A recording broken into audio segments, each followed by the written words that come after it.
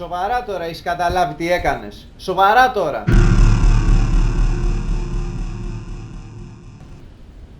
Μέσα είναι όλα χάλια, φίλε. Μέσα είναι όλα χάλια. Θα καθαρίσουμε. Να καθαρίσουμε. Να καθαρίσουμε. Πρέπει να καθαρίσουμε. Τι να καθαρίσουμε, ρε? Έλα, ξεκόλα λίγο. Θα το φτιάξουμε. Όλα καλά. Όλα καλά, λέει.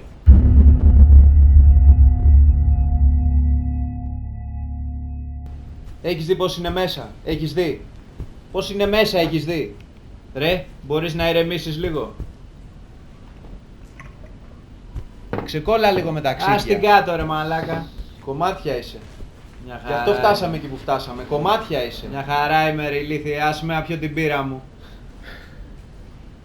Ρε, αντιλαμβάνεσαι τη βαρύτητα της κατάστασης?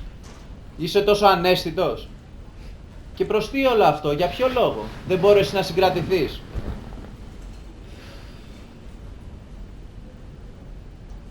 Ο τρόπος που γελούσε. Δεν μπόρεσα. Με έβγαλε εκτός εαυτού. Ναι. Η αλήθεια είναι ότι ο τρόπος που γελούσε ήταν πολύ εκνευριστικός. Είδες που συμφωνούμε? Έπρεπε να γίνει.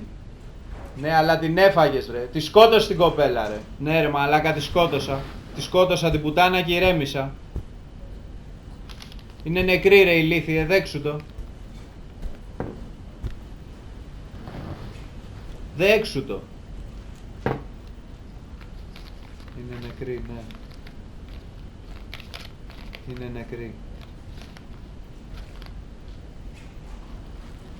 Και τώρα τι κάνουμε? Δεν ξέρω τι θα κάνεις εσύ. Πάντως εγώ θα κάνω το τσιγάρο μου και θα πιω και την πύρα μου. Οκ. Κάνε το τσιγάρο σου και εγώ πάω μέσα να καθαρίσω. Όπα. Περίμενε. Τι περίμενε? Περίμενε. Μαζί θα καθαρίσουμε. Πάντα μαζί δεν καθαρίζουμε? Όλα καλά θα πάνε.